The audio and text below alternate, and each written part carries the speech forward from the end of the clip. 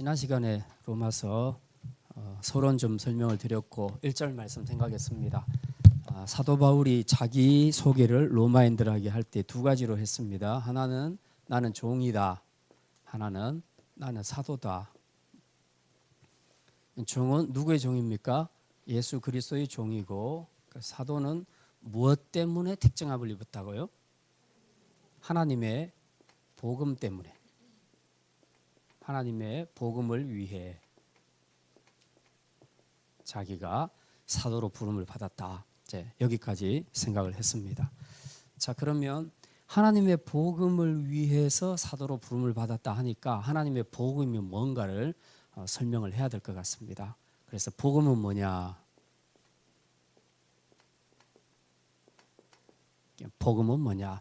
자, 2절에 나와 있습니다. 자, 복음은 사도 바울이 설명하는 복음은 하나님이 선지자들을 통하여 그의 아들에 관하여 성경에 미리 약속하신 것이라. 네. 하나님이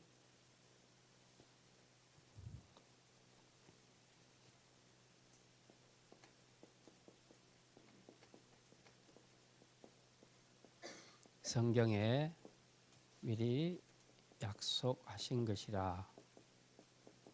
뭐에 관하여? 그의 아들에 관하여. 누구를 통하여? 선지자들을 통하여.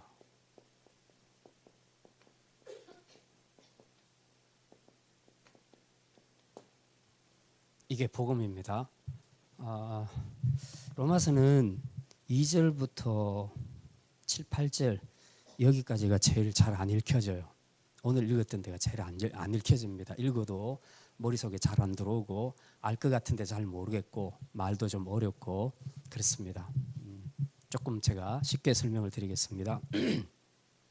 사도 바울은 하나님의 복음을 위하여 택정함을 받았다. 세움을 받았다 했으니 그러면 하나님의 복음이 뭔가를 설명을 해야 됩니다. 그래서 하나님의 복음은 이런 것이다 라고 2절에서 말합니다. 하나님이 성경에 미리 약속하신 것인데 누구에 관한 것이냐 하면 그의 아들에 관한 것이다. 그리고 이 아들에 관한 이야기는 선지자를 통해서 오랫동안 이야기해왔다. 그래서 2절을 요약하면 복음이란 그의 아들에 관한 것이다. 이게 골자입니다. 핵심입니다. 그의 아들이 누굽니까? 예수님이죠. 예.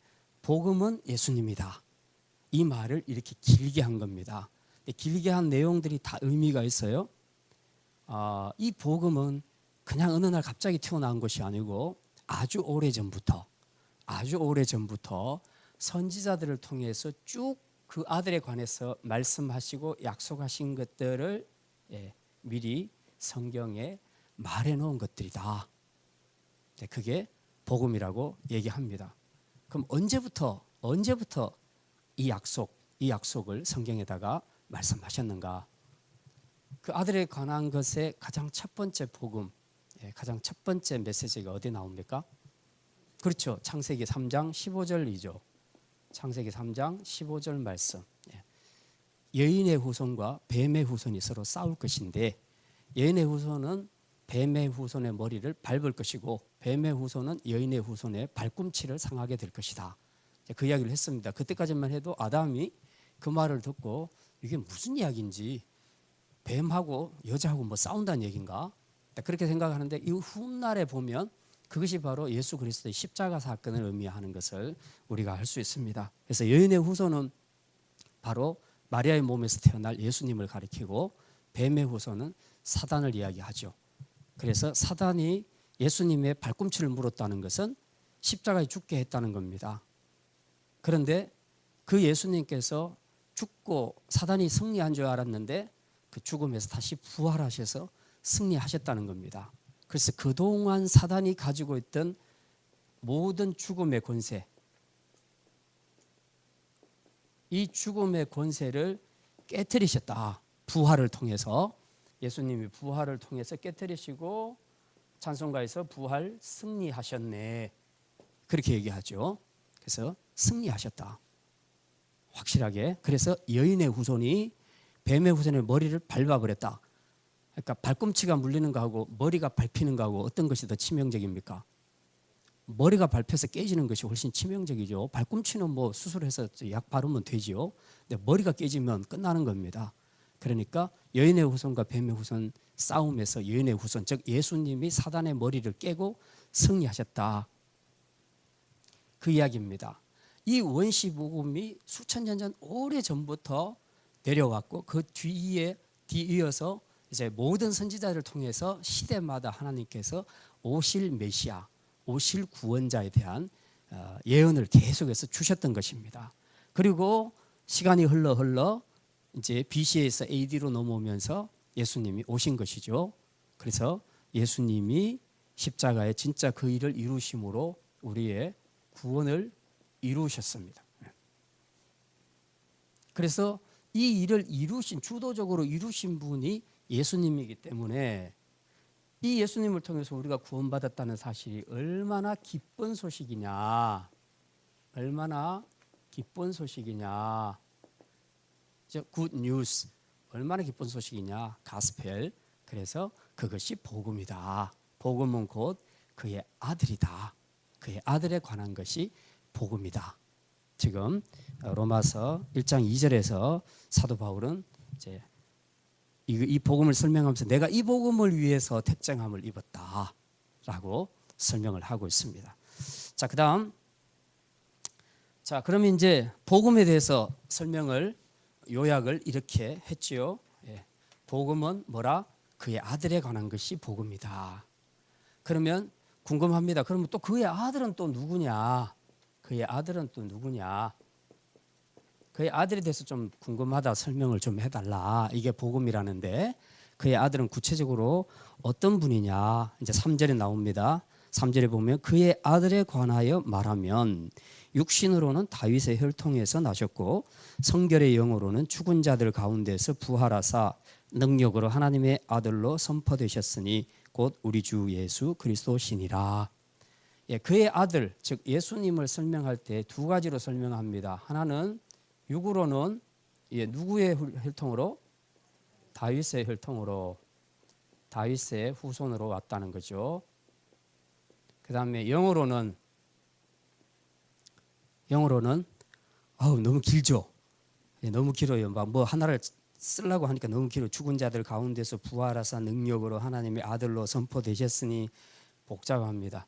자, 영어로는 하나님의 아들 선포됐다는 것은요, 증명됐다. 증명됐다는 뜻입니다. 자, 육으로는 다윗의 후손으로 오셨고 영으로는 아들로 하나님의 아들로 입증됐다, 증명됐다는 얘기인데 그럼 뭘 근거가 있어야 되지 않겠냐? 하나님의 아들, 즉 신의 아들로 입증되려면 증명이 되려면 뭔가 다른 특별한 것이 있어야 되지 않겠냐? 그게 뭐냐 하면 죽은 자들 가운데서 부활하셨다는 겁니다. 죽은 자 가운데서 부활하셨다. 이 능력으로 이 부활하신 이 능력으로 하나님의 아들로 입증되셨다. 만약에 예수님께서 부활하지 않으셨다면 하나님의 아들이라고 말할 수 없는 겁니다. 왜냐하면 죽음 아래 갇힐, 죽음의 권세 아래에서 갇혀버릴 그런 존재라면 신의 아들이 될 수 없죠. 하나님의 아들이 될 수 없습니다. 그런데 예수님은 죽은 자 가운데서 부활하셨습니다. 그 부활하셔서 자 봐라, 나는 죽음이 나를 지배하지 못한다. 내가 생명이야. 나는 생명을 주는 자야. 그러니 나는 신이야. 하나님의 아들이야. 하고 스스로 입증을 하게 된 겁니다. 뭘로? 영으로. 근데 영은 영인데 보니까 무슨 영? 성결의 영으로. 그 이제 요것과 좀 대조적으로 쓰기 위해서 이 단어를 쓴 거예요. 육이란 것은 헬라어로 사르크스라고 얘기하는데 굉장히 세속적이고 더럽고 추한 거, 이런 것들을 육이라고 생각을 했습니다. 헬라 사람들은 육신이라는 것을 굉장히 더러운 걸로 생각을 했어요. 그래서 구원을 이야기할 때는 보면 플라톤의 이데아나 또 그 외의 영지주의나 이런 것들을 보면요, 이 더러운 육신을 탈출해서 이 고고한 영혼이 이렇게 다른 그 이데아의 세계로 들어가는 것, 구원받는 것, 그걸 구원이라고 생각하지 몸은 아무것도 아니에요. 몸은 정말 더러운 것이에요. 헬라 사람들은 그렇게 생각을 했습니다. 기독교하고는 굉장히 다르죠. 우리 기독교는 몸이 더러운 것이 아니고 몸이 죄에 대해서 반응하는 그런 더러움을 갖고 있는 것은 사실이지만 우리 몸도 주님이 주신 거예요. 다만 죄 때문에 그렇게 됐을 뿐인데 마지막 날 구원이라고 했을 때는 우리 영혼만 구원받는 것이 아니라 우리의 육신도 다시 주님 오시는 날 다시 일어납니다. 다시 부활해서 우리 영과 육이 결합함으로써 지금과 전혀 다른 새로운 형태, 새로운 피조물이 되어서 천국에 들어가는 겁니다. 그러니까 육이 필요 없는 것도 아니고 육이 더러워서 못 쓸 것도 아니에요. 그러니까 완전히 헬라 철학하고는 굉장히 다른, 기독교는 굉장히 다른 이론을 가지고 있습니다. 자, 어쨌든 이 영은 굉장히 성결하다. 영은 성결하다. 하나님 거룩하시니까 거룩한 그 영, 예수님 안에 육체가 있고 영이 있는데 영은 성결의 영이었다. 즉 원래 하나님이셨기 때문에 원래 거룩하신 하나님이신 그분이 영으로 오셨기 때문에 그분의 영만큼은 성결하다는 겁니다. 그래서 하나님의 아들인 거죠. 그러나 육은 어떻습니까? 육은 우리하고 똑같은 육체를 빌려서 입고 오신 거예요. 육체는 빌려서 입고 온 거예요. 마리아의 몸을 통해서 육신을 입고 오신 겁니다. 그러니까 예수님이 이 땅에 사는 동안에는 우리하고 똑같이 배고프고 뭐 화장실 갈 때는 화장실 가야 되고 뭐 이런 여러 가지 것들을 우리하고 똑같이 다 느꼈다는 겁니다. 자, 그런데 이런 영과 육으로 지금 그 아들을 설명을 하고 있습니다. 그런데 이렇게 우리 육이라는 것이 육으로 오신 하나님이 육으로 이 땅에 오셨단 말입니다. 이걸 우리는 성육신이라고 얘기합니다. 하나님께서 거룩하신 하나님께서 육을 입고 이 땅에 오셨다. 성육신이다. 아들은 이 복음의 가장 주된 내용인 이 아들은 원래 하나님이셨다. 그런데 육신을 입고 이 땅에 오신 분이다. 그러니까 뭐 예수님을 소개하려면 뭔가를 소개해야 되는데 여러분 자신들을 소개할 때 어떻게 소개하겠습니까? 나는 김씨 집안의 몇 대 가문에 뭐 어쩌고 몇째 아들이고 이렇게 소개하지 않겠습니까? 예수님 뭘 소개하겠습니까? 육신의 족보는 난 다윗의 후손이야라고 소개할 수 있겠지만 영어로는 뭘로 소개하겠습니까? 하나님이 원래 내 아버지야 이렇게 소개할 수밖에 없잖아요. 그죠? 그래서 난 본래 하나님이었어. 영어로는 성결의 영어로는 본래 하나님이었어. 근데 육을 입고 왔어. 그래서 나는 참 인간이고 참 신이야. 예수님을 설명할 때는 이 두 가지를 같이 설명해야 됩니다. 그래서 초대 교부들은 이것 때문에 이단 논쟁이 굉장히 심했습니다. 예수님은 신이다, 인간은 아니다 한달지, 예수님은 인간이다, 신은 아니다 한달지, 그렇게 하면 둘 다 이단이 되는 겁니다. 예수님은 참 신이시고 참 사람이셨다. 그래서 인자라는 말씀을 하시죠. 자, 어쨌든 예수님을 소개할 때 이 두 가지로 소개를 하는 겁니다. 육으로는 다윗의 후손으로 오셨다는 것은 우리가 사무엘하에 보게 되면 7장에 보면 그 내용이 나오는데 다윗이 이제 그 성막을 보면서 자기 집은 짓고 초라한 성막을 보면서 그렇게 이제 하나님 앞에 고백하죠. 내 마음이 너무 아프다. 정말 나는 이렇게 이런 좋은 궁궐에서 사는데 하나님의 성전은 저렇게 보잘것없으니 내가 이거 어떻게 할까? 굉장히 이제 막 탄식하는 그런 내용이 있었죠. 그때 하나님께서 이렇게 말씀합니다. 네가 나를 위하여서 무슨 성전을 짓겠느냐? 내가 너를 위하여 성전을 지어줄게. 그러면서 장차 네 후손을 통하여 네 씨를 통하여서 한 나라가 세워질 것인데 그 왕위는 영원하고 그 나라는 영원하리라. 그게 바로 오실 메시아를 이야기하는 것이거든요. 그래서 예수님은 다윗의 후손으로 오시게 된 겁니다. 그래서 육으로는 다윗의 후손, 성결의 영으로는 원래 하나님이셨는데 그런데 이 성육신 하심으로 오셔서 사람들이 볼 때는 긴가민가 하나님인가 아닌가 신인가 아닌가 그렇게 생각을 했지만 결국 부활을 통해서 하나님의 아들임이 입증됐다. 그렇게 이야기하고 있습니다. 지금 제 설명 이해가 되십니까? 예. 자, 그다음 그래서 4절 끝에 보면 곧 우리 주 예수 그리스도 신이라. 우리 주 예수 그리스도다라는 이런 단어, 이런 표현들은 우리가 찬송가에서도 부르고 굉장히 많이 하죠. 예.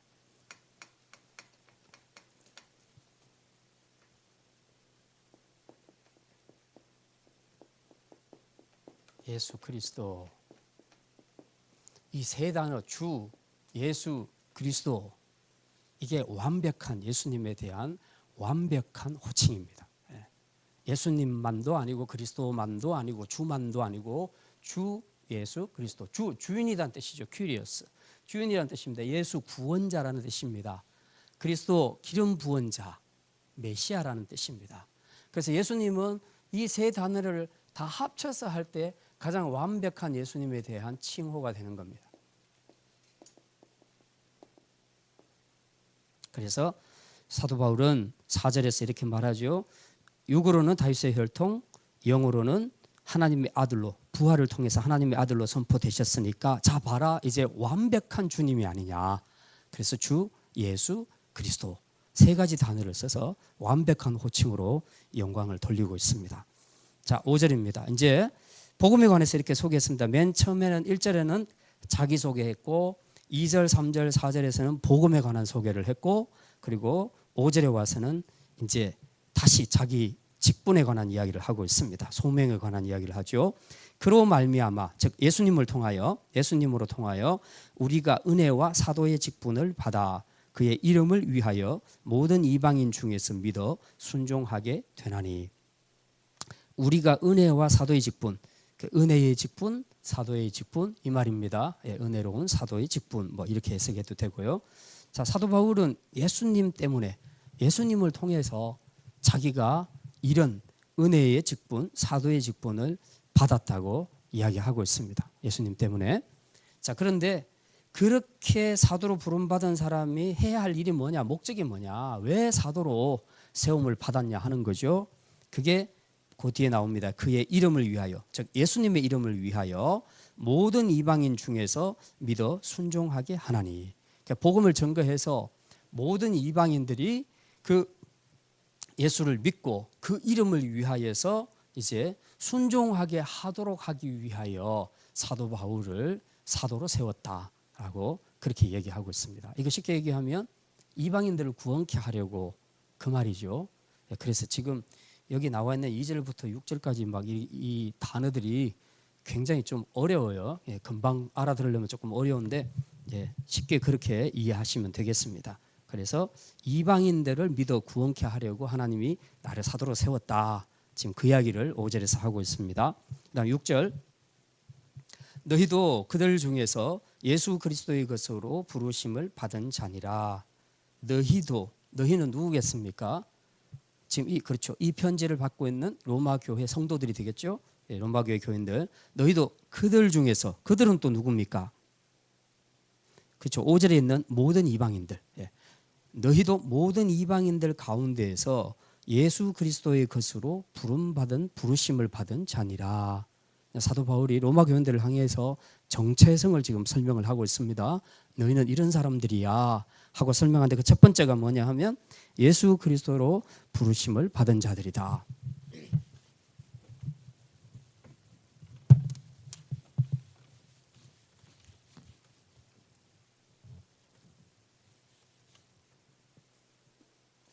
자, 로마 교회 교인들에게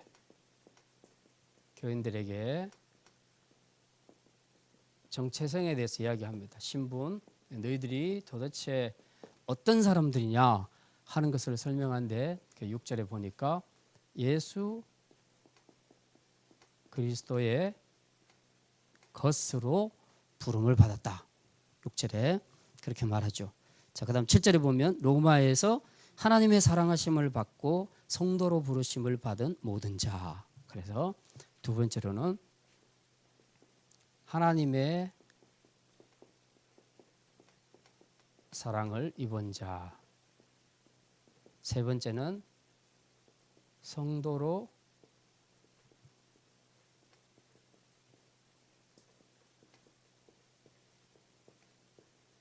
부르심을 받은 자. 예.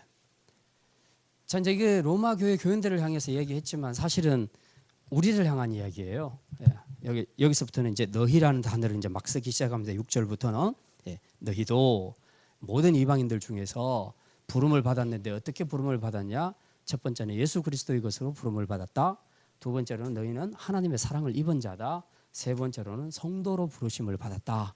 그렇게 얘기합니다. 이 세 가지로 지금 하나님의 백성들의 정체성을 설명하고 있습니다. 이건 로마 교회 교인들만이 아니라 저와 여러분들에게도 똑같이 해당되는 거예요. 그래서 이거는 굉장히 중요합니다. 자, 그럼 첫 번째,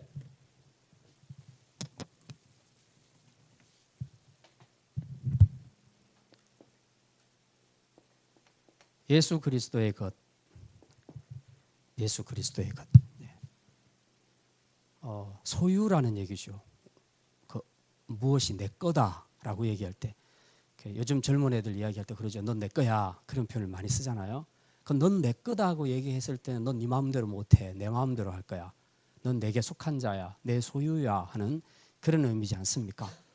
자, 마찬가지로 우리가 예수 그리스도의 것으로 부름을 받았다. 우리는 이제 더 이상 내가 내 것을 내 것이라고 소유권을 주장할 수가 없게 됐다는 그런 얘기입니다. 이전에는 어땠습니까? 네. 우리라는 존재가 이전에는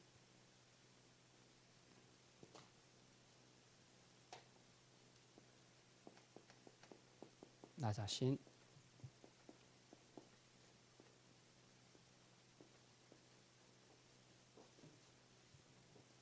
나라는 존재가, 내가 이렇게 영과 육을 가지고 있지만 나라는 존재가 사실상은 나의 주인은 나였다. 주인이 누구냐 하는 거죠. 주인은 나였다. 근데 나는 내가 주인인 줄 알았는데 사실은 알고 보니 그 뒤에 누가 있더라? 사단이 있더라. 그래서 나는 사단의 것이었다. 그래서 사단의 종, 죄의 종, 그런 표현을 많이 쓰죠. 예. 항상 주인과 대립되는 단어가 바로 이 종 아닙니까? 예. 소유죠. 소유. 예. 소유. 근데 지금은 누구의 것이 되었다? 예수 그리스도의 것이 되었다. 그러니까 이제는 누가 주장한다? 예. 예수님이 나를 주장하실 수밖에 없다. 나도 나를 주장 못한다. 예수님만이 나를 주장하실 수 있다. 왜? 예수님이 자기 것으로 부르셨기 때문에 그렇다. 이제 그렇게 말합니다. 이 주인이라는 개념은 로마 시대에 되게 중요한 의미를 갖는데요. 우리가 이제 지난 시간에도 생각했지만 로마 시대에는 전체 인구 100만도 채 안 되는데 노예 숫자만 한 30만 명 된다고 그랬습니다. 거의 인구의 3분의 1이 노예였습니다. 그럼 노예와 주인과의 관계, 주종 관계는 확실하죠. 그러니까 노예의 모든 권한은 주인이 다 가지고 있습니다. 그러니까 노예는 절대적으로 주인에게 복종함으로써만 살 수 있는 존재입니다. 근데 로마는 그거보다 더한 것이 있었는데 그게 뭐냐 하면 우리가 잘 아는 아우구스투스 황제가 자기를 신의 아들로 그렇게 스스로 올렸습니다. 호칭을. 그래서 신의 아들이라, 그래서 아우구스투스라는 칭호를 가집니다. 그래서 로마 사람들 혹은 로마 압제 아래 있는 식민지에 사는 많은 사람들은 일어나면 인사하는 말이 그겁니다. 예. 그래서 우리의 황제가 나의 주인이십니다. 신이십니다. 라고 고백하는 것이 그들의 인사였다는 겁니다. 근데 그리스도인들이 예수 그리스도를 나의 주로 고백하는 것이 이 시대에 얼마나 이게 목숨을 내걸어야 되는 중요한 일인가 하는 것을 우리 이 배경을 보면 알 수가 있습니다. 지금은 뭐 예수님이 나의 주인이십니다 라고 우리가 고백하는데 무슨 문제가 있어요? 그렇게 고백한다고 해서 누가 여러분들 욕하고 그러지는 않잖아요. 잡아가지는 않잖아요. 근데 로마 시대는 그게 아니었다는 겁니다. 황제가 나의 주인이라고 고백을 해야 되는 시대였다고 그렇죠. 그런데 그 많은 무리들 가운데 예수 믿는 사람들의 무리가 예수님만이 나의 주인이십니다 라고 그렇게 고백을 했다는 거죠. 이거는 목숨을 내놔야 되는 고백이라는 거죠. 그래서 사실은 그 예수님께서 제자들에게 그 질문을 하시잖아요. 많은 사람들이 나를 누구라고 하느냐. 그래서 뭐 어떤 사람은 예레미야, 어떤 사람은 또 엘리야, 뭐 어떤 사람은 세례 요한, 뭐 이제 이렇게 얘기하니까 그럼 너는 나를 누구라 생각하냐? 베드로에게 물으니까 베드로가 말하지요. 주는 그리스도시요 살아계신 하나님의 아들이십니다. 이 고백이 신학적으로만 설명할 게 아니고 당대 로마에서는 이런 고백을 한다는 것은 아우구스투스 황제를 멸시하는 겁니다. 멸시하는 거예요. 왜냐하면 그 고백은 거기다가 해야 될 고백이에요. 그런데 예수님께 했단 말이죠. 그러니까 이 고백은 진짜 살아있는 생생한 그런 그 목숨을 건 고백이었다는 거죠. 그만큼 이 주인이라는 개념이 로마 시대에는 굉장히 중요했다. 그런데 예수님께서는 이제 로마도 아니고 아우구스투스 황제도 아니고 너도 아니고 사단도 아니고 이제는 내가 네 거다. 내가 너의 주인이다. 그러니까 너는 이제부터 나만 주인으로 섬겨야 해. 라고 하면서 예수님께서 우리를 부르셨다는 겁니다. 주님의 것으로 부르셨다. 그렇기 때문에 이게 굉장히 중요한 의미를 갖는다. 이 시대에. 그런 것을 우리가 꼭 기억을 하면서 제 말씀을 생각해야 합니다. 자, 그리고 그렇기 때문에 우리가 항상 생각해야 될 것은 예수 그리스도의 것이다라는 고백은 이제 우리가 다 합니다. 나는 주님의 것이요, 뭐 사나 죽으나 나는 주의 것이라 이런 찬양도 있죠.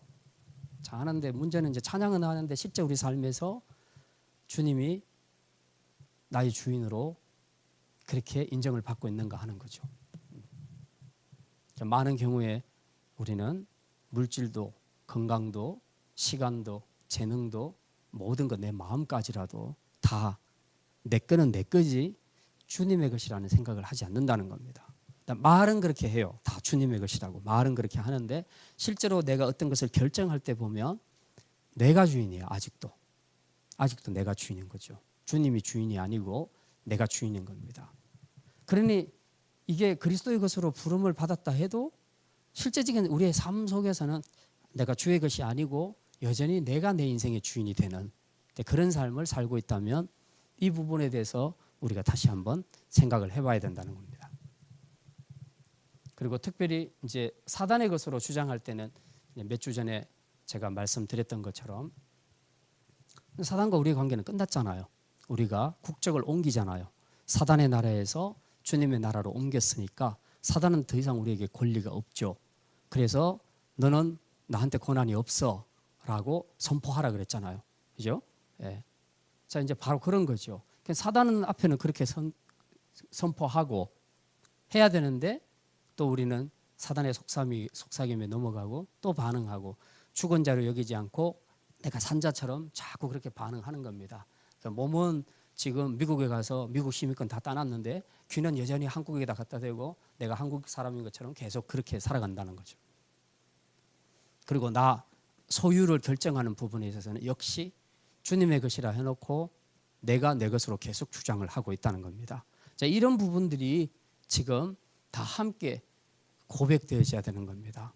사도 바울은 우리 성도라는 것은 하나님 앞에 부름받았을 때에 첫 번째는 그리스도의 것으로 우리가 부름받았으니 너는 이제 네 주장하지 마라. 주님께 다 맡겨라. 너의 주인이신 그분이 원하시는 대로 해드려라 하는 것을 이야기하고 있습니다. 자, 그 다음에 두 번째로 그러니까 사랑을 입은 자. 하나님의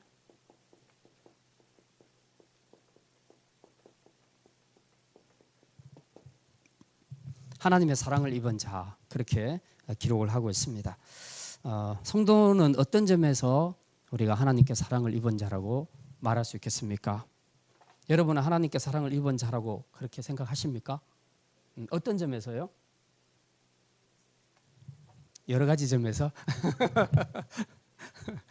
여러 가지 점에서 두 가지 점에서 첫째는 십자가 사랑 구원이죠. 이거는 하나님이 자기 아들을 내주는 거잖아요. 그죠? 우리는 우리 아들을 딴 사람을 위해서 못 내주잖아요. 하나님은 당신의 하나밖에 없는 아들을 우리를 위해서 내어주셨습니다. 십자가 사랑, 이게 구원이죠. 이 사랑을 입었다. 두 번째로는 하나님의 자녀로서 사랑을 입고 삽니다.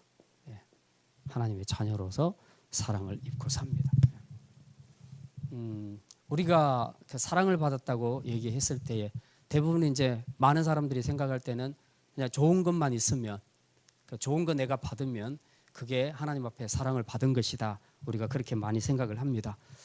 그런데 이제 우리가 인생을 살다 보면 가끔씩 안 좋은 일들도 있고, 내가 기도해도 응답도 잘 없고, 그리고 하나님이 혹시 나를 잊어버리신 게 아닌가 하는 그런 생각이 들 때도 있고, 그런 경우들도 많이 있습니다. 이럴 때 난 정말 하나님 앞에 사랑받는 자가 맞는가? 이제 노래를 불러줄 때는 당신은 사랑받기 위해 태어난 사람이라고 불렀지만, 노래 받는 내 입장에서는 전혀 내가 하나님의 사랑을 받고 있지 않는 것 같은 그런 느낌이 들 때, 혹시 인생을 살면서 너무 힘들 때, 부르짖고 기도해도 답도 없을 때, 그럴 때 정말 주님이 나를 사랑하시는가 하는 것에 대한 의구심이 생길 수가 있다는 겁니다. 자, 이제 우리가 이런 하나님의 사랑을 생각을 할 때 지금의 그 현상만 자꾸 보고 시작하면 하나님의 사랑에 대해서 의심하기가 쉽습니다. 가장 근본적으로 불변한 사랑 두 가지가 이겁니다. 십자가 사랑. 내가 지금 사는 것이 어떠하고 관계없이 1번은 분명히 이루어졌잖아요. 그죠? 이 십자가 사랑, 예수님이 당신의 생명을 넣어주고 우리에게 구원을 주신 이 십자가 사랑, 이건 분명하게 경험했던 것이니까 이건 더 이상 우리가 의심할 여지가 없지 않습니까? 자, 이제 하나님의 자녀로서 우리가 이 땅에서 살아가는 동안에 하나님이 다 책임져 주신다는 겁니다. 그래서 하나님이 우리를 책임져 주시고 보호하시고 인도하시고, 내가 모든 것을 다 해결한다면, 아무리 힘들어도 끝까지 내가 모든 것을 다 해결해야 된다면 인생은 정말 피곤할 겁니다. 그리고 그렇게 살아야 된다면 그건 정말 괴로운 인생이죠. 그런데 자녀들은 부모가 다 해결해 주지 않습니까? 어쨌든 성인이 될 때까지는 부모가 다 해결해 주니까 부모가 책임자고 보호자고 인도자입니다. 그러니까 부담이 없어요. 자녀들은 항상 먹고 마시고 하고 싶은 거 다 하면 돼요. 죄 짓고 너무 악한 것만 안 하면 부모들이 웬만한 거는 다 책임져 주지 않습니까? 자, 이 두 가지의 확실한 사랑을 주님께서 우리에게 주셨는데, 이 사랑을 줄 때 보면 무슨 조건이 있었냐 하는 거죠. 조건이 있었냐? 조건이 있었습니까? 여러분이 십자가 사랑받는데 조건이 있었어요? 여러분이 하나님의 자녀로서 살아가는데 조건이 있어요? 하나님이 이렇게 하면 내가 사랑한다 그런 거 있습니까? 없죠. 무조건이에요. 지금 이 세상은 조건을 되게 중요하게 생각해요. 그래서 여자를 볼 때도, 또 회사에서 직원을 뽑을 때도 기왕이면 예쁜 여자, 기왕이면 날씬한 여자, 다 사람들이 생각하는 그 기준들이 있단 말입니다. 아무리 많이 배운 사람도 필요 없어요. 아무리 고상한 사람도 다 똑같습니다. 회사에서 뽑을 때 다 그런 식으로 뽑는다는 거죠. 자기들이 생각할 때 좋은 조건을 가진 사람을 뽑는다는 거죠. 외모, 그다음 학력, 실력, 그다음 그 외에 여러 가지 재능들, 건강, 이런 것들을 다 보는 거죠. 다 봐요. 참 이상해요. 우리 하영이가 처음 고대 인턴으로 들어갈 때 이력서 같은 것을 냈는데, 거기에 보니까 부모 학력까지 쓰더만요. 아니, 부모가 어디 나왔는가, 대학교 나왔는가 안 나온 거 이게 아니고 어느 학교를 나왔는가까지를 쓰라는 거예요. 난 그런 건 처음 봤어요. 본인도 아니고 부모가 어느 대학교 나왔는지를 왜 알아야 되냐고. 참 내가 희한한 데다 내가 그랬어요. 참 희한한 데다. 진짜 그러니까 거기만 그렇겠어요? 딴 데도 그런다고 봐야 되겠죠. 세상은 사랑할 만한 가치가 있는 것을 사랑해요. 딱 보고 사랑할 만한 가치가 없으면 사랑 안 해요. 딱 보고 여자가 너무 못생겼다 그러면 일단 제껴놔버려. 남자하고 결혼하려는데 남자가 돈이 별로 없다, 실력이 별로 없다, 다 제쳐놔버려요. 최대한 많은 조건, 좋은 조건을 가진 사람을 찾는 거죠. 그러니까 이 세상은 전부 사랑할 만한 가치가 있어야만 사랑을 받는 거예요. 사랑을 받을 만한 가치가 없다고 생각되는 사람은 이 세상에서 참 행복하게 살아가기가 힘든 세상이라는 겁니다. 그런데 하나님 나라에서도 똑같이 이렇게 적용한다면 우리가 얼마나 참 힘들겠습니까? 그죠? 뭐 여기서도 좀 떳떳하게 들어가실 수 있는 분이 있을란가 모르겠는데, 네, 진짜 어렵죠.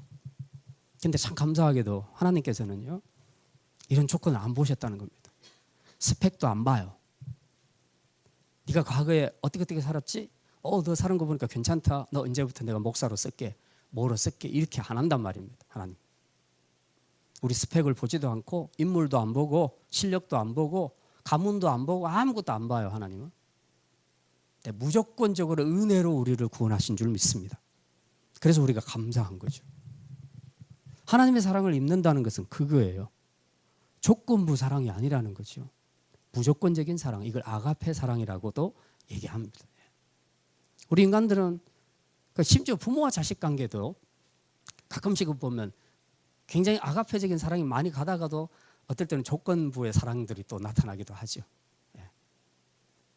그래서 좀 잘해주면 좀 좋고, 자식이라도 부모한테 잘 안 하면 화가 나죠. 그래놓고 시큰 욕해놓고 나중에 또 물려줄 거 다 물려줘요. 또 거기서는 또 아가페 사랑이 또 나와요. 그러니까 혼란스러워요. 우리들이 실천하는 사랑들은 너무 혼란스러워요. 근데 하나님은 시종 유일하게 변함없이 조건 없는 사랑으로 우리를 사랑하십니다. 그래서 자기 아들을 보내셔서 십자가에서 우리를 대신하여 죽게 하심으로 우리를 구원하셨고, 그리고 하나님의 자녀된 우리가 이 땅에서 어떤 조건으로 세상에서는 우리가 조금 왕따 당하고 세상에서는 조금 멸시받을지 몰라도 하나님 나라에서는 전혀 그런 것이 없도록 하나님께서 우리를 그렇게 적극적으로 확실하게 사랑을 하신다는 겁니다. 사도 바울이 고백하는 여러분이요, 로마교회 여러분들이요, 여러분은 하나님의 사랑을 입은 자입니다라고 얘기했을 때는 이거는 그냥 단순한 로맨틱한 사랑이 아니고요, 이제 엄청난 사랑이다. 세상에서는 찾아볼 수 없는 그런 엄청난 사랑을 입었다라고 그렇게 말하고 있습니다. 자, 이제 마지막으로 성도로 부르심을 받은 자다, 이제 그렇게 말하고 있습니다.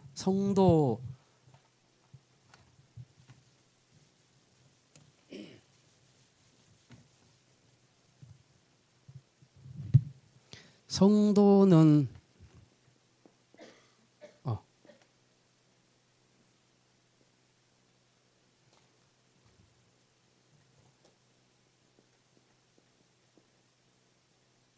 갑자기 생각이 안 나네. 코르카 성자를 어떻게 쓰죠?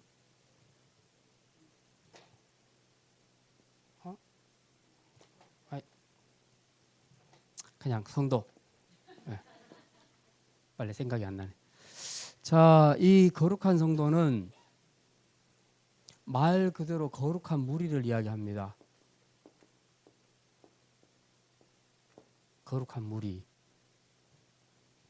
근데 카톨릭교 가보면 성 베드로, 또 성 바울, 그다음 성 요한, 뭐 성자를 붙이는 것이 굉장히 많죠. 세인트 이제 이렇게 많이 붙입니다. 거룩하다는 뜻이에요. 그 성인의 칭호를 받는 것은 굉장히 까다롭더라고요. 조건이 보니까 굉장히 까다로운데 웬만한 사람들은 그 칭호를 받지를 못해요.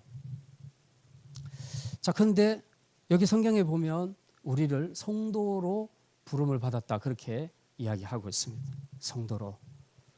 그 성도라는 것은 거룩하다는 뜻이거든요. 이 성도들이, 거룩한 무리들이 모여서 뭘 이루냐 하면 교회를 이루어요. 교회를 이룹니다. 교회는 영어로 그 헬라어로 에클레시아라고 얘기하는데 그 구별되이 불러내었다. 불러내어서 구별한 무리를 에클레시아라고 그렇게 얘기합니다. 그러면은 세상이 있는데 그 세상에 더러운 세속화된 세속적인 세상 가운데서 하나님이 딱 불러냈다는 겁니다. 따로 불러내서 여기다 공동체를 만드는 거죠. 거룩한 무리 공동체, 그것을 교회라고 얘기합니다. 불러냈다. 이대로 그냥 놔두면 너무 세속적이니까 불러냈다는 거죠. 근데 이 집단의 특성이 뭐냐 하면 이게 특성입니다. 거룩이 특성입니다. 이 거룩은 하나님의 성품에서 나오는 거예요. 하나님이 당신의 나라를 세우실 때에 당신의 성품을 반영하는 나라를 만드십니다. 그 여러 가지 성품 중에 하나가 특징이 바로 거룩입니다. 거룩이 뭐냐라고 물으면 거룩은 죄가 하나도 없는 상태를 거룩이라고 쉽게 말하면 그렇게 설명할 수 있습니다. 우리는 다 조금씩은 죄가 있잖아요. 많이 있나요? 다 어쨌든 완벽한 사람은 없잖아요. 그러니까 거룩하다고 말할 수 없어요. 세상에 거룩하신 분은 하나님밖에 없어요. 그런데 그 하나님이 당신의 나라를 세워가실 때에 당신의 성품을 반영하는 그런 나라를 만드신다는 겁니다. 그게 바로 거룩한 나라인데 그 거룩한 나라에 들어오는 사람들은 다 거룩한 무리가 되는 거죠. 그러면 한 사람 한 사람이 다 거룩해서 불러서 거룩한 무리로 만들었는가? 그게 아니고요. 전혀 거룩하지 않는 사람들을 그냥 끄집어낸 거예요. 따로 불러내서 그냥 거룩한 무리로 만들어버렸어요. 뭘로? 예수 그리스도의 보혈로. 예수 그리스도의 보혈로 그들의 죄를 다 씻어버린 겁니다. 그래서 거룩한 무리로 만든 겁니다. 우리가 죄를 안 지어서 성도가 된 게 아니에요. 우리는 정말 죄인인데 하나님이 그냥 은혜로 우리를 부르셨고 예수 그리스도의 보혈로 우리를 다 씻기셔가지고 죄 없는 것으로 만들어주신 거예요. 지금도 우리는 살면서 계속 죄를 짓고 있지만 주님께서 우리를 거룩하다 하시는 것은 그리스도의 보혈과 함께 마지막 날 우리가 주님 나라에 들어갈 때는 내 행위로 보면 여전히 못 들어갑니다. 우리는 여전히 못 들어가요. 예수 믿어도 우리는 못 들어가요. 행위로 보면. 그런데 마지막 날 이 더럽고 추한 우리의 영에 옷을 하나 입혀준다는 거죠. 그게 뭐냐면 그리스도의 의의 옷을 입혀줍니다. 그리스도의 의의 옷을 딱 입는 순간에 내 안에 더럽고 추한 것들이 다 커버가 되는 겁니다. 그래서 하나님은 그리스도의 의의 옷을 입었는가 그것만 보고 거룩하다 이리 와 천국. 너 안 입었네 저리 가. 너 공자왈 명자왈 엄청 착하게 잘 살았다. 그런데 너 그리스도의 옷이 없네 지옥 가. 이렇게 되는 거예요. 이게 구원의 판가름은 여기서 나는 겁니다. 그리스도의 옷을 입었냐 안 입었냐 그거예요. 내가 이 땅에 살면서 얼마나 윤리적으로 착하게 살았냐가 아니고 그걸로 본다는 겁니다. 예수 그리스도의 옷을 입었냐. 이게 바로 믿음을 이야기하는 거죠. 근데 바로 이 무리들 이 땅에 사는 동안 전혀 거룩하지 않은데도 불러내서 그리스도의 보혈로 씻기시고 거룩하다 하고 그냥 인정해 주시고 아직도 죄가 많지만 그래도 너희는 거룩한 백성이야 하고 하나님이 인정을 해 주시고 의롭다고 인정해 주십니다. 이게 칭의라고 그렇게 얘기하죠. 의롭다고 칭하는 겁니다. 진짜 의로워서가 아니에요. 의롭다고 칭하는 거고 거룩하다고 칭하는 겁니다. 그리고는 진짜 확실한 거룩함을 보여주기 위해서 그 안에다가 누구를 주십니까? 성령을 주십니다. 거룩한 성령. 거룩한 성령이 우리 안에 들어오시니까 내 존재가 거룩할 수밖에요. 그렇잖아요. 내 거룩한 하나님의 백성이 된 겁니다. 그게 바로 성도라는 거죠. 성도. 근데 이제 가톨릭에서는 아까 말씀드린 것처럼 그 뭔가 이 땅에 사는 동안 더 성자처럼 거룩하게 뭔가를 해야 돼요. 그런 사람들이 세인트 이걸 받습니다. 성이라는 이름을 받습니다. 근데 사실 하나님 앞에서 봤을 때는 웃기는 거예요, 이게. 가톨릭에서는 그런 사람을 성자로 붙여주지만 개신교에서는 개신교 구분할 필요 없고 성경에서는 뭐라고 말하냐? 오늘 본문에도 말하는 것처럼 하나님께서 불러내신 자는 다 그리스도의 보혈로 씻김 받은 자는 다 성도라고 말합니다. 그러니까 가톨릭에서 성인이나 개신교에서 말하는 성도는 무슨 차이가 있어요? 그래도 여러분들에게 만약에 성인이라는 칭호를 붙여주신다면 굉장히 미안하겠죠. 여러분 그죠? 어떻게 나한테 세인트라는 걸 붙여줘. 말도 안 돼.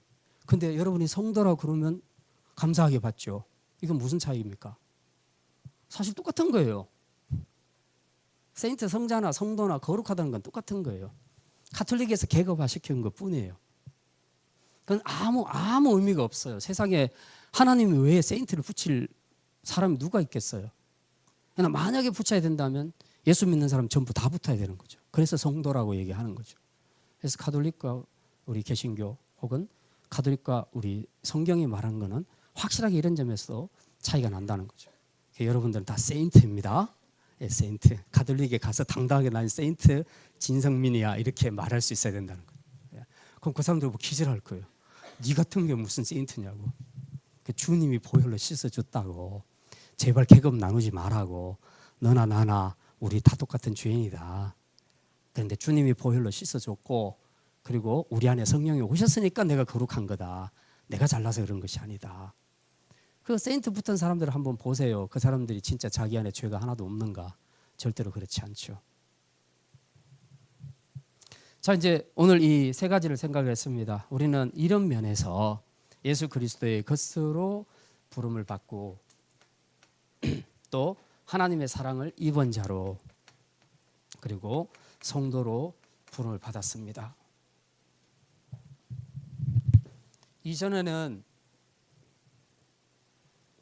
이전에는 우리가 내 것이었고 사단의 것이었고 그 다음에 나는 사랑을 입은 자가 아니라 죄와 사망 아래에서 저주받을 자였다. 저주받을 자였다. 성도로 부르심을 받은 것이 아니라 정말 속되고 비천한 죄인이었다. 이런 우리가 이렇게 신분이 변화됐다는 거예요. 지금 이렇게 변화됐다는 겁니다.